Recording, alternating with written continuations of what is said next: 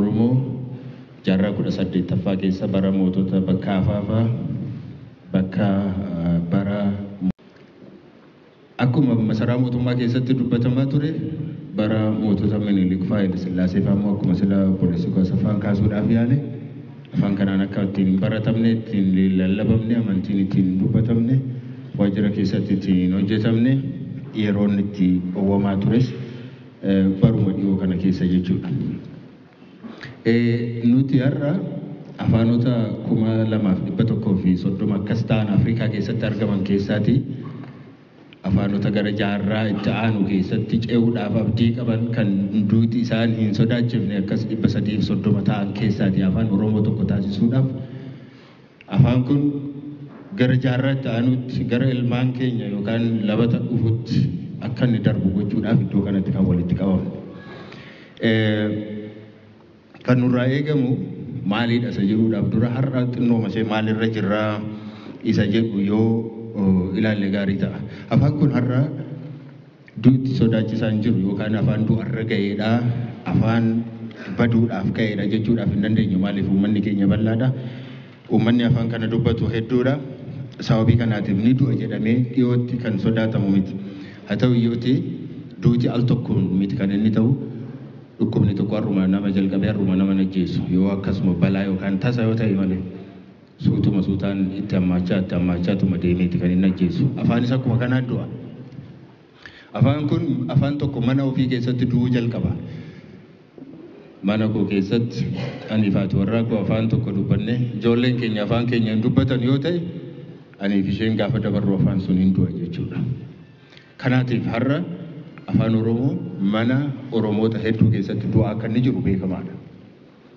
Afaan isaanii hin dubbatu, nuti Oromoodha jedhu ittiin naadatu, ijoolleen maqaan isaanii maqaa gaggaariidha. Afaan sana hin dubbatanii, afaan sun du'a qarqararra jira jechuudha mana sana keessatti. Kun immoo yeroo baay'ataa deemu afaan sun yeroo haala koofsisu iyyuu malee, bara haala koofsisu iyyuu malee gara du'aatti deemuunsaa hin oolu jechuudha. Sababii kanaaf afaan keenya du'arraa eeggachuun barbaachisaadha. Ofii keenya irraatii qabsoo jalqabuun barbaachisaadha. Mana keenya keessatti ijoolleen keenya afaan keenya dubbachuu danda'uu isaanii mirkaneeffachuun barbaachisaadha jechuudha.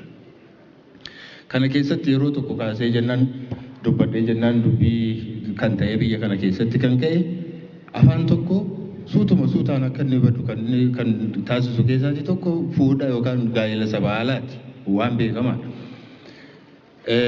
Haala kanaatiin biyya keenya keessa namoonni meeqa gaa'ela saba alaa raawwatanii ijoolleen isaanii afaan keenya hin baratin hafanii sababii kanaatiif mana isaanii keessatti afaan kan du'e hedduutu jira. Kanaaf waan nu gaadha afaan tokkoo fi qubeen isaa manu jira, kan isaaf ta'u jira, kan akka dafanii afaan sana baratan kan taasisu jira, kan immoo barachuuf tasuma hin mijoofne jira. Kanaatiif afaan qubee Sirilikii kana akka fudhatan gaafa taasifamanii afaan Raashaa barachuu hin salphise. Afaan sablammii hundumti isaanii afaan Raashaa barachuudhaaf itti salphate. Garuu afaan isaaniitiin barachuu immoo itti ulfaachise akka malee. Kun akka maal godhaniif afaan isaanii dhiisanii afaan Raashaa hundumtuu akka afaan Raashaa akka fudhatuuti fide jechuudha. Manneen barnootaa immoo baay'isanii babal'isan. Manneen barnootaa babal'isuun hamaa hin turre biyya kana keessattis ta'eera moo hin taane laata kun. Manneen barnootaa baay'ee babal'isan. Isa babal'isan keessatti garuu namoota afaan Raashaa qofa dubbatantu barsiisaa ta'e ramadamu. Kanaatiif guutummaadhumatti karaa barnootaa afaan Raashaa babal'isuutti itti deemame jechuudha. 1958 immoo tasuma isaayyuu afaan birootiin barsiisuun iyyuu hin danda'amu afaan Raashaatiin malee jedhamee seeraan riifoormii barnootaa jedhameetu tumame jechuudha. Riifoormiin hin jiraa laata biyya kana keessa adeemsuun wal fakkaataa laata kan keenya wajjiniin. Waa'ee riifoormii yeroo yaadnu, waa'ee barnoota jijjiiruu yeroo ilaallu, waa'ee qubee jijjiiruu yeroo ilaallu, waa'ee afaanii yeroo ilaallu kanaa wajjin wal bira qabamnee haa ilaallu gara fuulduraatti mee garamitti deema laata? Eenyuun guddisuuf eenyuun immoo gad xiqqeessuuf kun faayidaan isaa eenyuuf deema laata isa jedhu kana baay'isanii ilaaluun barbaachisaadha. Meeshaalee barnootaa immoo maal godhan? Meeshaalee bakka hundumaatti manneen barnootaa jiru jenneerra. Haa ta'u iyyuu malee afaan sabaaf sablammii birootiin kan barataman jijjiiru. Haa barataman malee meeshaaleen barnootaa guutummaatti kan isaan dhiyaatan kan afaan Raashaatiin ture. Fakkeenyaatti nuyi amma mana barnootaa 5 moo 6 qabna Finfinnee keessaati Oromoo kan jedhamu jechuudha. Meeshaan barnootaa jira laata achi keessa? Kitaabni jira laata? Iddoo tokkotti waltajjii tokko irratti baay'een keessan dhageessaniitu ta'a. Mana barnootaa Taaddasaa Birruufaa Finfinnee fa'aa keessa jiru keessa kitaabni tokko hin jiru. Manni barnootaa dhaabbateera. Barsiisonni ramadamaniiru. Barattoonni ramadamaniiru. Garuu immoo waan meeshaan ittiin baratan immoo hin jiru. Wal fakkaataa laata kana wajjiniin yeroo laalu. Eessaatii dhufe laata muuxannoon kun? Muuxannoowwan biyya kana keessa silaa wal keessa deemu warra Raashaa baratee sabaas dhufa warri qaalluu baay'ee jira kan muuxannoo biyya tokko fuudhee biyya tokko irratti kan hojiirra oolchu. Kanaaf kanas irra deebi'anii ilaaluun barbaachisaadha jechuudha. 1960tti afaan Raashaa guutummaadhumatti afaan saboota biroo dhaale biyya sana keessatti jechuudha. Afaan ofiitiin baratamuun hin dadhabame, afaan ofiin lallabamuun, afaan ofiin amantii ofii, aadaa ofii, ijoollee fi barsiisuun hin dadhabame. Kanaatiif sadarkaa sadaffaa isa sadarkaa inni lammaffaa nuti jenne kuni inni 1958tti jalqabee amma 1980tti deeme kuni bara afaan liqimsuuti. Afaan warra kaaniin hunduma isaanii liqimsuuti. Raashaa tokko duwwaa taasisuuti. Waa'ee sabummaa hin dubbatinaa, waa'ee sabaaf lammii hin dubbatinaa, waa'ee afaan biraa hin dubbatinaa. Kun biyya diiga. Gara afaan tokkotti deemna, gara saba tokkotti deemna jedhanii yeroo isaan itti lallaban ture. Har'a kun jira laata wanta akkasii kun? Waa'ee sabummaa hin dubbatinaa, waa'ee afaan kanaa hin dubbatinaa. Kun biyya diiga, kun dhiphummaadha, kun kana wanti jedhamu jira laata? Wal bira qabanii ilaaluun barbaachisaadha. Garamitti deemaa jirra laata?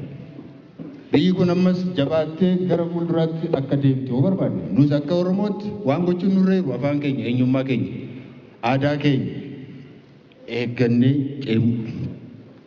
akka kanaatti deemuun nurraatii eegama jechuudha. Wanta tokko ittiin dubbadha daqiiqaa tokkotti.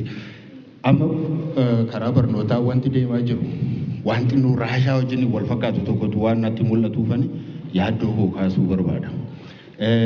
Barnoonni tokkooti amma 8tti amma kutaalee yookaanis naannolee dhumatu barnoota kutaa tokkooti amma 8tti ofuma isaaniitiin bulchatu. Barsiisota ofuma isaaniitiin leenjifatu. Amma garuu amma kutaa 5 olitti nama digiriitu barsiisa jedhamaa jira akka masaaraa kanatti. Nama digirii qabutu barsiisa. Nama digirii qabutu barsiisa jechuun nama digirii qabu immoo eeyyuutu leenjisaadha.